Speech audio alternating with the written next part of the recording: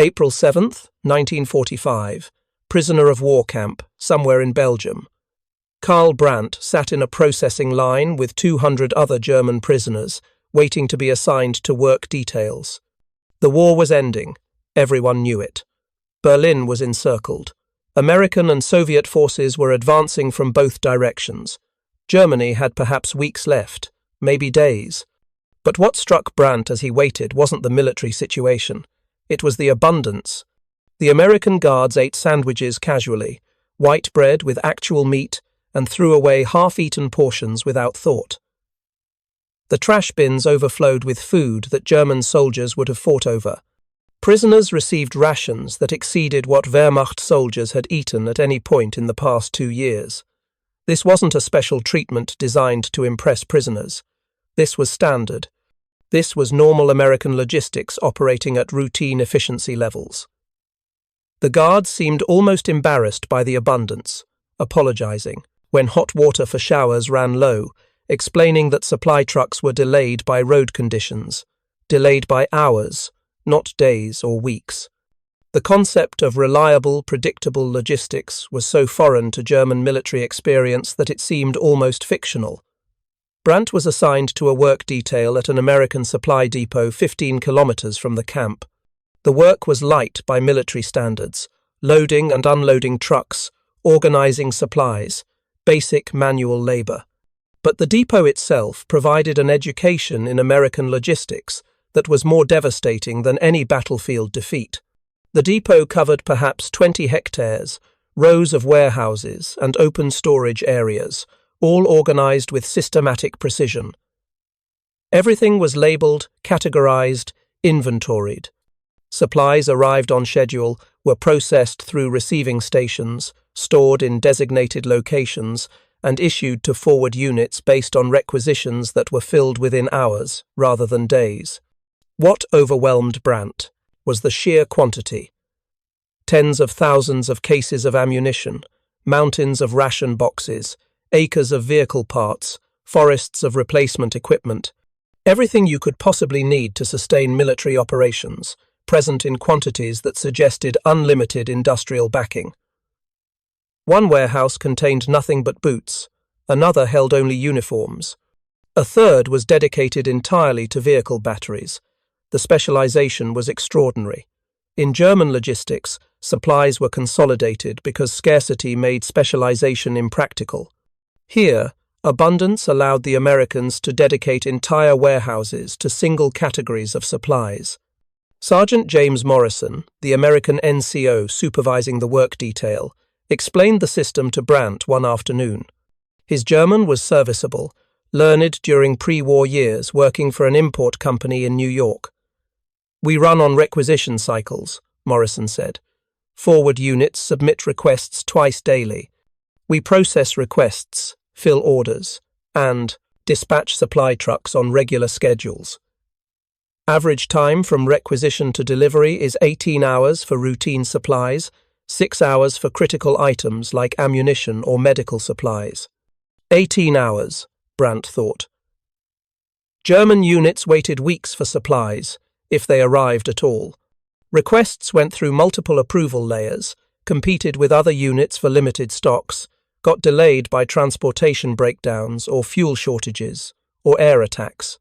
The idea that you could requisition supplies in the morning and receive them by the next day seemed impossible. "How do you maintain such stocks?" Brandt asked.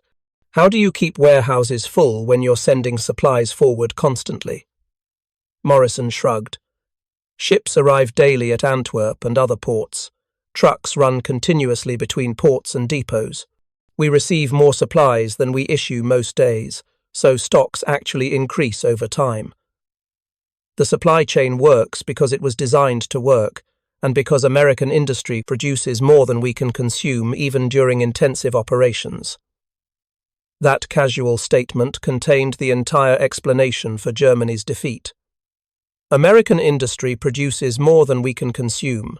Germany had never achieved that condition. German industry produced less than military forces needed, forcing constant rationing, prioritization, and compromise. Units went without because supplies didn't exist, not because logistics failed to deliver them. American units had everything because supplies existed in abundance, and logistics systems delivered them reliably. The difference wasn't just quantitative, it was qualitative, representing fundamentally different industrial and organizational capabilities.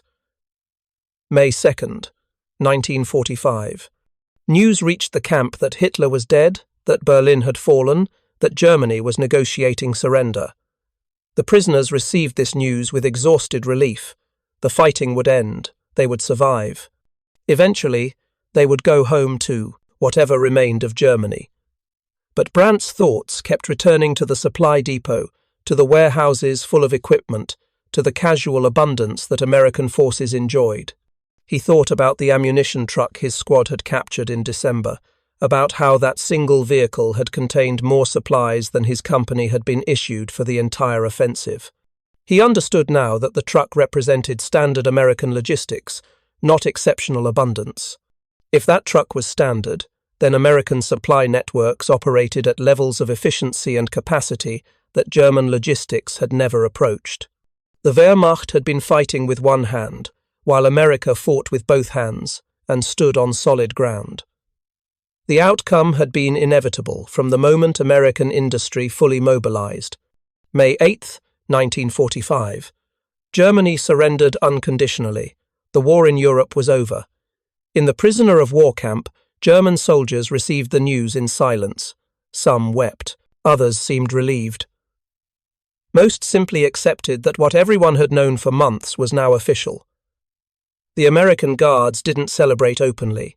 They had comrades fighting in the Pacific, and that war continued. But the mood in camp lightened. The Guards became less formal, more willing to talk with prisoners, to share cigarettes and conversation. The hostility of active warfare faded into the administrative routine of managing prisoners until repatriation could be arranged. Brandt spent the next 3 months working at the supply depot. The work continued even after Germany's surrender because American forces needed to maintain logistics for occupation duties and for the continuing war against Japan. The depot operated with the same efficiency, whether supporting active combat or peacetime occupation. The system worked regardless of circumstances because it was built on solid foundations of industrial capacity and organizational competence. During these months, Brandt observed details that completed his understanding of American logistics, the maintenance schedules that kept vehicles operational, the inventory systems that tracked supplies with precision, the quality control that ensured equipment met specifications, the training programs that produced competent logistics personnel, all the small elements that together created a logistics system capable of sustaining global military operations. German logistics had always been improvised, making do with limited resources, using captured equipment to supplement inadequate production, relying on individual initiative to overcome systematic failures. This worked adequately for short campaigns where speed and aggression could compensate for logistics weaknesses. It failed catastrophically in extended operations where sustainability determined outcomes. American logistics was systematic, built on reliable industrial production, supported by trained personnel, organized through established procedures. It wasn't glamorous or exciting.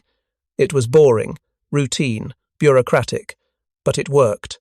It worked in every theater, under every condition, supporting operations that German logistics could never have sustained. August 6, 1945. News arrived that America had dropped an atomic bomb on Hiroshima.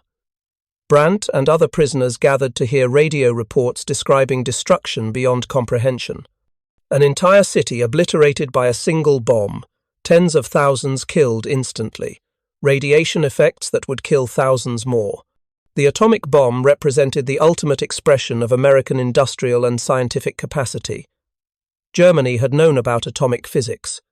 German scientists had contributed fundamental research, but Germany lacked the industrial capacity to translate scientific knowledge into practical weapons. America had built atomic bombs through a program that cost billions of dollars, employed hundreds of thousands of workers, and required industrial facilities that simply did not exist in Germany. This was the final lesson. America could build anything it needed. If the war required conventional weapons, America built them by the millions. If the war required revolutionary new weapons, America built those too. The limiting factor was never American industrial capacity. The limiting factor was imagination, deciding what to build. Once that decision was made, American industry could produce it. Germany's limiting factor had always been capacity. German engineers designed excellent weapons. German scientists made important discoveries.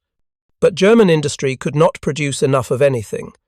Excellent designs meant nothing if you could only build dozens when you needed thousands.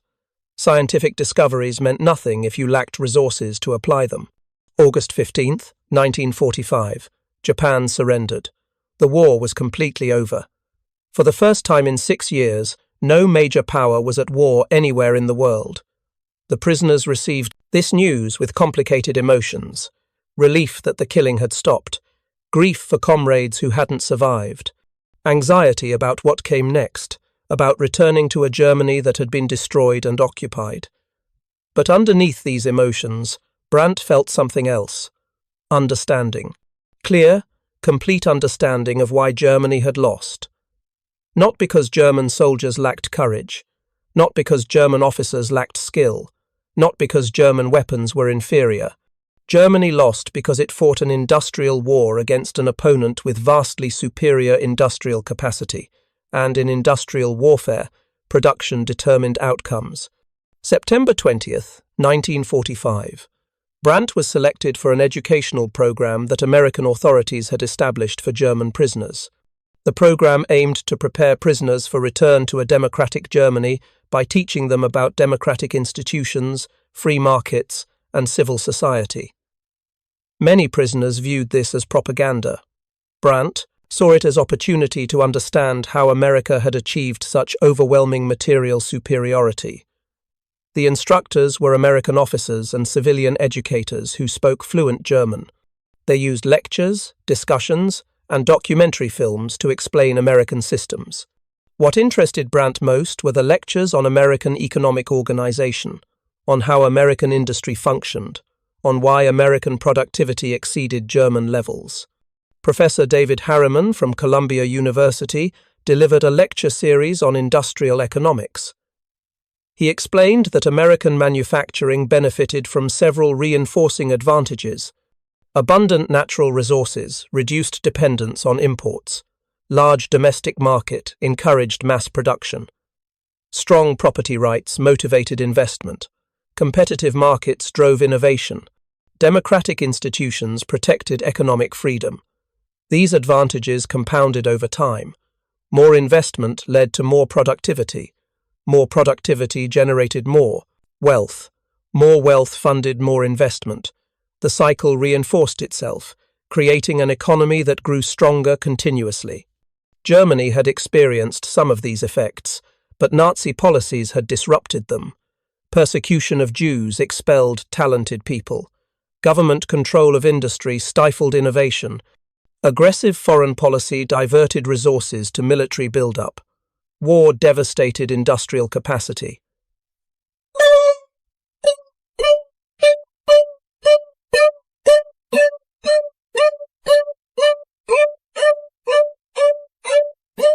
America had built its industrial capacity during peace and then redirected it during war. Germany had built military capacity at the expense of everything else, and then discovered that military production could not be sustained without the broader industrial and economic base that America possessed. The lesson was clear. Sustainable military power required sustainable economic development. You could not build military strength in isolation. Military forces needed equipment, and equipment required factories. Factories required workers, and workers required training. Training required schools, and schools required stable societies.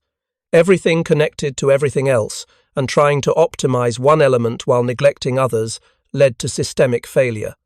October 19th, 1945. Brandt was among a group of prisoners selected to visit a nearby American military base. The visit was intended to demonstrate American military capability and to show prisoners that resistance would have been futile, even if Germany had continued fighting.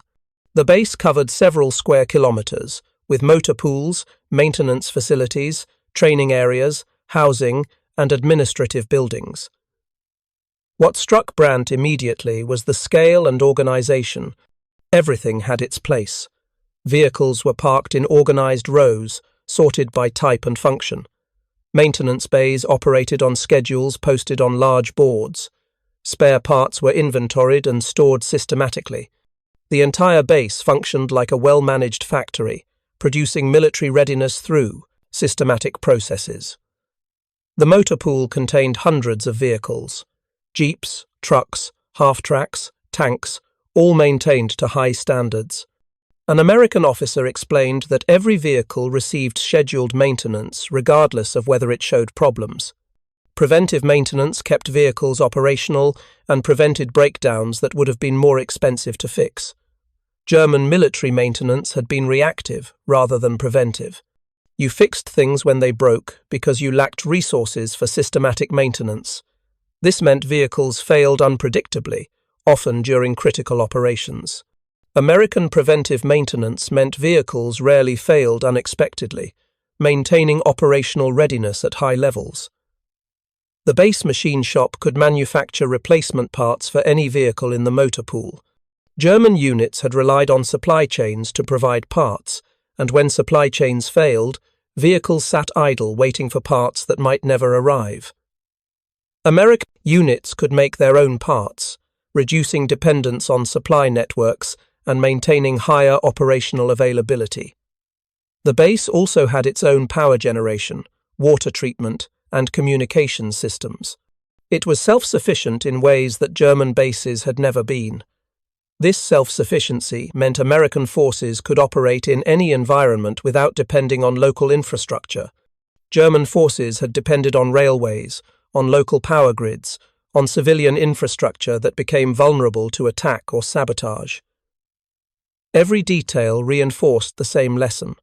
American military forces were supported by systems designed for reliability and sustainability. German forces had been supported by improvised systems that worked adequately during early victories, but collapsed under prolonged stress. The difference wasn't about individual competence. It was about systematic organization and adequate resources. November 12, 1945. Brandt received notice that he would be repatriated to Germany within 2 months. The processing required medical examination, documentation, and classification to determine whether he had been involved in war crimes. He passed all the checks. He was a simple soldier, not an SS member, not involved in atrocities, eligible for return. He spent his remaining weeks in American custody, reflecting on what he had learned. The captured ammunition truck in December had been his first glimpse of American abundance. The supply depot had shown him the logistics systems that made such abundance routine. The educational programs had explained the economic and industrial foundations. The base visit had demonstrated how abundance translated into military effectiveness. The conclusion was inescapable. Germany had lost because it lacked industrial capacity to sustain modern warfare. All the tactical skill, all the superior weapons, all the fighting spirit in the world could not overcome that fundamental disadvantage. Industrial capacity determined outcomes in total war, and America possessed industrial capacity that Germany could never match. This wasn't about moral superiority. Both sides had brave soldiers. Both sides had skilled commanders.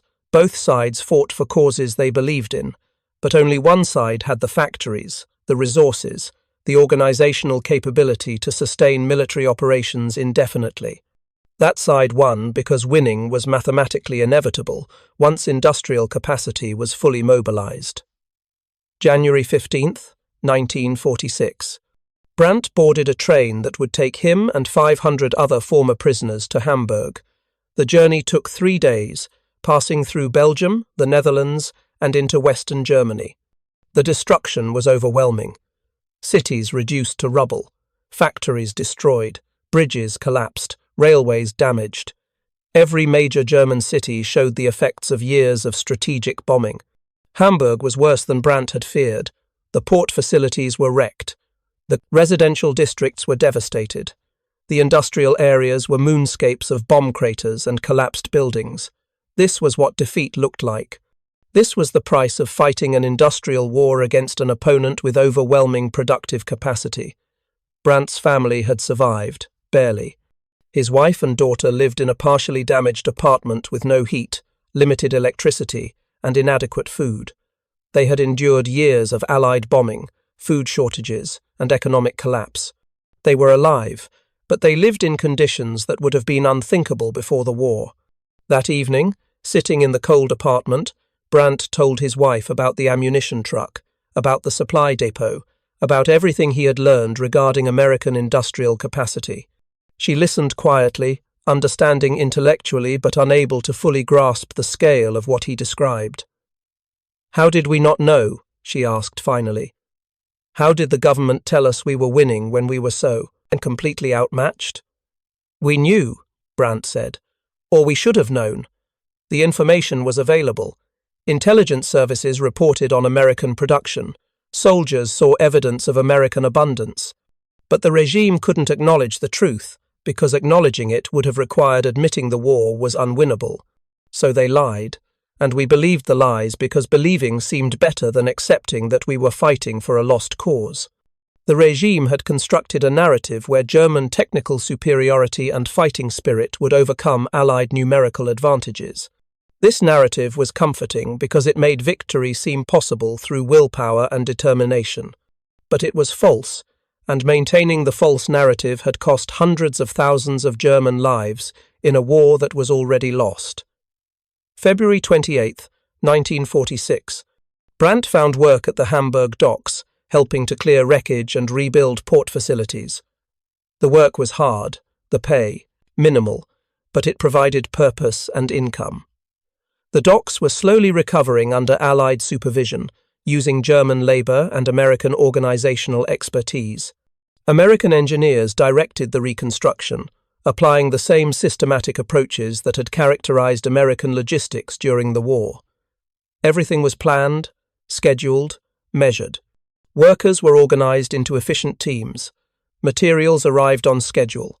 Progress was tracked and reported. The reconstruction moved forward steadily, visibly, transforming rubble into functional facilities. Brandt recognized the pattern. This was how America had won the war, not through dramatic actions or brilliant strategies, but through systematic competence applied consistently over time. Good organization, adequate resources, trained personnel, effective processes, nothing glamorous or exciting, but everything necessary for sustained success. German workers initially resented American supervision, but as reconstruction progressed, as the docks began functioning again, as employment increased and conditions improved, resentment faded into grudging respect. The Americans knew what they were doing. They had the resources to support their plans. They achieved results that German authorities had promised but failed to deliver. This was the peace as the war had been. American abundance making things possible that German scarcity made impossible. Not because Americans were inherently superior, but because American systems worked better, produced more, delivered results more reliably. May 10th, 1947. 2 years after Germany's surrender, Hamburg was slowly recovering. The port was operational at perhaps 30% of pre-war capacity. Some factories had reopened.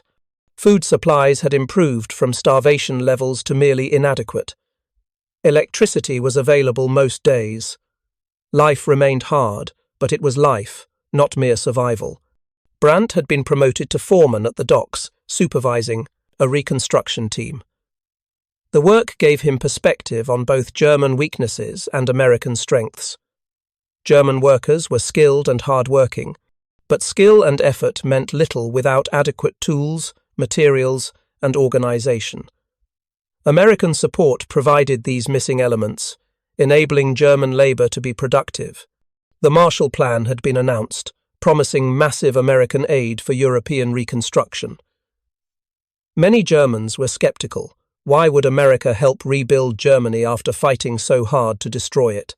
The answer, Brandt understood, was that America's industrial capacity was so vast that helping rebuild Europe was strategically valuable and economically affordable. America had spent enormous resources fighting the war. But American industry had grown stronger during the war, not weaker. American GDP had increased 40% between 1941 and 1945. American factories had built enough equipment to win the war while also raising domestic living standards. Now, those factories needed markets, and a rebuilt Europe would provide them. This wasn't charity. This was enlightened self-interest.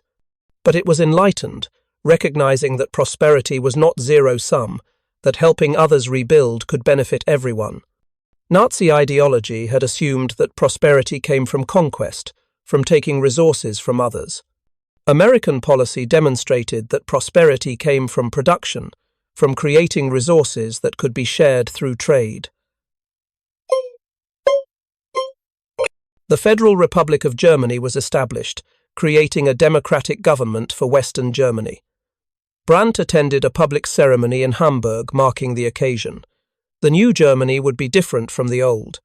Democratic rather than totalitarian, peaceful rather than aggressive, integrated into Europe rather than dominating it. The change was necessary but difficult.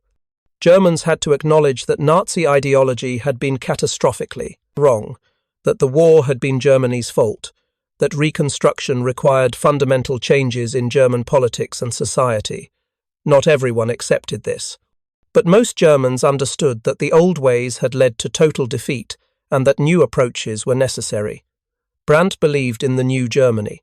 He had seen what abundance looked like, had understood how democratic societies could organize themselves more effectively than totalitarian ones, had learned that prosperity came from cooperation rather than conquest. These lessons, purchased at terrible cost, needed to inform Germany's future. October 7th, 1952. Brandt was interviewed by a university researcher studying German soldiers' experiences during the war. The researcher was particularly interested in the Ardennes offensive and in how German soldiers had perceived American logistics. Brandt described the captured ammunition truck in detail, explaining how that single vehicle had revealed the true nature of American industrial capacity. The researcher asked whether Brandt had understood at the time what the truck represented. "Yes," Brandt said. "Not completely, not immediately, but within days I understood that we were facing an enemy with resources we couldn't match. The truck carried more ammunition than my company had been issued for the offensive. It was abandoned casually, without attempt at recovery. That told me everything about American abundance and German scarcity." "Did other soldiers reach similar conclusions?" the researcher asked. "Many did," Brandt replied. "We talked about it quietly, not openly because admitting defeat was dangerous. But we knew. By late December, everyone understood that the offensive had failed and that Germany could not win. The question wasn't whether we would lose, but when and how much destruction Germany would suffer before the end came." The researcher published Brandt's account as part of a comprehensive study on German military logistics. The study concluded that German logistics failures had been more decisive than battlefield defeats in determining the war's outcome. Germany had lost because it could not sustain its armies, not because its armies fought poorly. American abundance had defeated German skill through mathematical inevitability. June 19, 1960. Brandt was 52 years old, working as operations manager at a Hamburg shipping company. Germany had recovered remarkably. The economic miracle of the 1950s had transformed West Germany from ruins into one of Europe's most prosperous nations. Hamburg's port operated at levels exceeding pre-war capacity. German factories produced automobiles, machinery, and consumer goods for domestic use and export. The recovery vindicated the lessons Brandt had learned from American abundance. Democratic government protected economic freedom. Free markets encouraged productivity. Integration with Europe provided stable trading relationships. Investment in Education produced skilled workers. Sound economic policies created sustainable growth. Germany had adopted American principles, adapted to German circumstances, and achieved prosperity that Nazi policies had promised but never delivered. Brandt occasionally gave talks to school groups about his war experiences.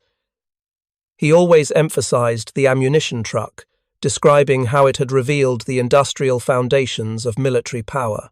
Modern warfare, he told students, is won in factories before battles are fought. Germany lost because German industry could not match American production. That lesson remains relevant. Nations become powerful through productive capacity, not through military aggression. The students asked predictable questions. Wasn't German equipment superior? Yes, often, but quality didn't matter when outnumbered 10-1. Weren't German soldiers better trained? Initially, but training advantages eroded as the war continued. Couldn't Germany have won with different strategies? No, because strategic alternatives couldn't overcome industrial disadvantages. The fundamental lesson was that industrial capacity determined outcomes in modern warfare. Germany had started a war against enemies with combined industrial capacity far exceeding German levels. The outcome had been predetermined. Tactical victories were delayed but could not prevent strategic defeat. Understanding this was essential for ensuring Germany never again made similar mistakes. April 22, 1975. Brandt retired from the shipping company after 30 years of employment.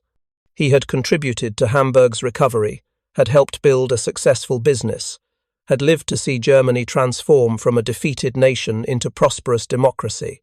The journey from that frozen December day in the Ardennes to comfortable retirement in peaceful Hamburg seemed almost miraculous. But Brandt remembered. He remembered the ammunition truck with its impossible abundance. He remembered the supply depot with its warehouses full of equipment. He remembered the systematic competence of American logistics. These memories remained vivid, not because of trauma, but because they had taught him crucial lessons about power, prosperity, and sustainable success. Industrial capacity wasn't just military advantage. It was foundation for everything else. Prosperity, security, freedom, progress. All depended on productive capacity to create resources that improved lives. Germany had destroyed its productive capacity, pursuing military glory. America had built its productive capacity, serving civilian prosperity, then redirected it temporarily to win a war, then redirected it again to rebuild Europe. The difference wasn't about individual Germans or Americans. It was about systems, institutions, policies. Democratic systems produced sustainable prosperity. Totalitarian systems produced temporary power that collapsed under pressure. Free markets created efficiency. Command. Economies created waste. Education developed human potential. Ideology suppressed it. May 14, 1983.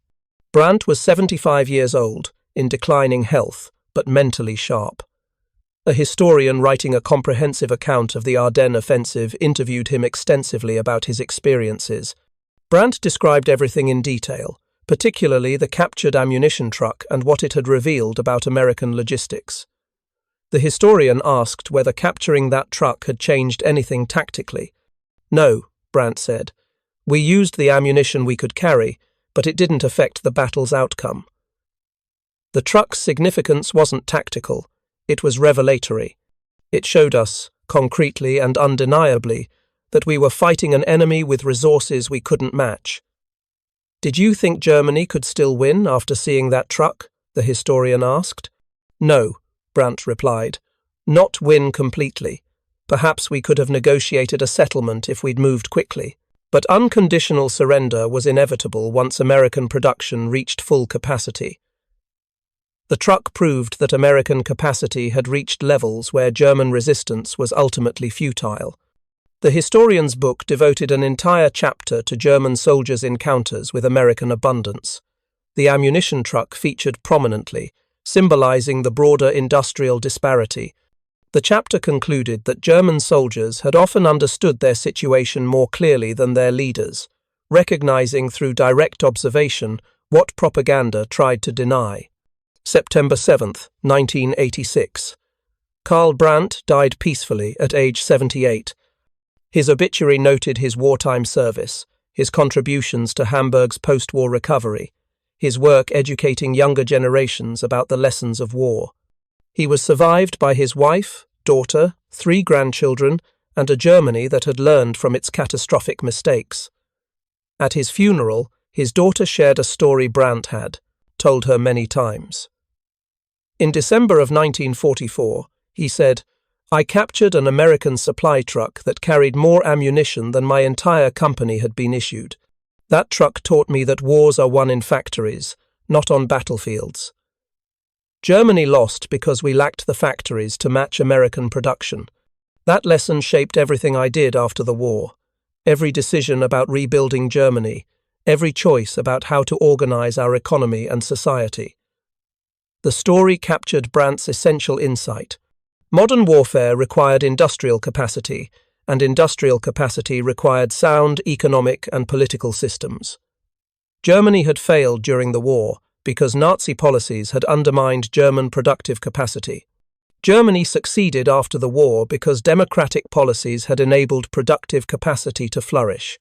The ammunition truck had been abandoned by American forces as they retreated, left behind because recovering it wasn't worth the effort. That casual abandonment had revealed the fundamental truth of the war. America could afford to lose supplies because American industry produced more. Germany could not afford to lose anything because German industry could barely sustain existing forces. This disparity had determined the war's outcome more decisively than any battle. German tactical victories meant nothing when strategic logistics were catastrophically unbalanced. American tactical defeats didn't matter because American logistics ensured that losses would be replaced quickly. The side that could sustain operations indefinitely had defeated the side that could not, and mathematics had made that outcome inevitable. Years after the war, military historians would analyze the Ardennes offensive and conclude that it had been doomed from the start because German logistics could not support sustained operations. The offensive had consumed Germany's last mobile reserves, its remaining fuel stocks, its dwindling ammunition supplies, achieving local tactical successes but failing strategically because the foundation was unsound. The captured ammunition truck had symbolized this failure perfectly. German forces had needed to capture American supplies because German supplies were inadequate. American forces had abandoned supplies because American supplies were abundant. The asymmetry could not have been more stark or more decisive. In later decades, as new generations studied World War II, the focus often shifted to dramatic battles, technological innovations, or strategic decisions. But the veterans who had actually fought understood that logistics had been decisive. The side with better logistics had won not because logistics was glamorous, but because logistics was fundamental. You could not fight without ammunition, fuel, food, medical supplies, and replacement equipment. The side that had these things won, the side that lacked them lost. Karl Brandt's experience with the captured ammunition truck had taught of him this lesson early. He had understood by December of 1944 what German High Command would not acknowledge until May of 1945. The war was lost because German logistics could not sustain German military operations against an enemy with functionally unlimited supplies. This understanding had shaped Brandt's post-war life. He had supported democratic reforms because he understood that democratic systems produced better economic outcomes. He had embraced European integration because he understood that cooperation produced better results than conquest. He had advocated for education and economic development because he understood that prosperity came from productive capacity, not military power. The lessons learned from a single captured truck in the frozen Ardennes had informed decades of constructive work rebuilding Germany. The truck had revealed not just American abundance, but the systemic foundations that made such abundance possible. Democratic governance, free markets, rule of law, protection of rights, investment in education, all the elements that enabled sustainable prosperity. Germany had adopted these principles after the war and had prospered. The Federal Republic had become everything the Third Reich had failed to be: peaceful, prosperous, democratic, integrated with its neighbours. The transformation vindicated everything Brandt had learned from witnessing American abundance during his captivity. The captured ammunition truck had been one of millions of vehicles produced by American factories during the war. It was unremarkable, standard, ordinary, but to Karl Brandt, it represented the entire strategic picture. American industry had produced so many trucks, filled them with so many supplies, deployed them so abundantly that losing one truck meant nothing. Germany had never achieved that condition, and never could have given Nazi economic policies. That was the lesson. That was what the ammunition truck had taught. Industrial warfare rewarded sustainable production, not tactical brilliance. The side with factories won, the side without them lost. Everything else was detail, interesting perhaps, but ultimately irrelevant to the outcome that mathematics had predetermined.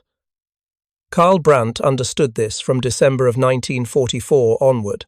He had captured an American supply truck and realized in that moment that Germany had already lost the war. Not lost recently. Lost years earlier when American industry mobilized. The battles since then had just been working through the inevitable consequences of that industrial disparity. This knowledge had been painful, but ultimately valuable. It had prepared Brandt for Germany's defeat, helped him survive the war's final months, guided his contributions to post-war reconstruction. The ammunition truck had taught him what mattered in modern warfare, and that lesson had shaped how he approached peace. In the end, the story wasn't about the truck itself. The truck was just metal and canvas, no different from thousands of others. The story was about what the truck revealed, that America's industrial capacity made German defeat inevitable, that tactical excellence could not overcome strategic logistics failure, that modern warfare was won in factories before soldiers ever reached battlefields. Karl Brandt had learned this lesson in the frozen Ardennes in December of 1944. He had carried that lesson through the rest of the war, through post-war reconstruction, through Germany's economic miracle, through decades of peace and prosperity. The lesson had proven its value repeatedly, validating the insights gained from a single encounter with American abundance in the desperate final winter of Germany's war. Thank you for watching. For more detailed historical breakdowns, check out the other videos on your screen now, and don't forget to subscribe.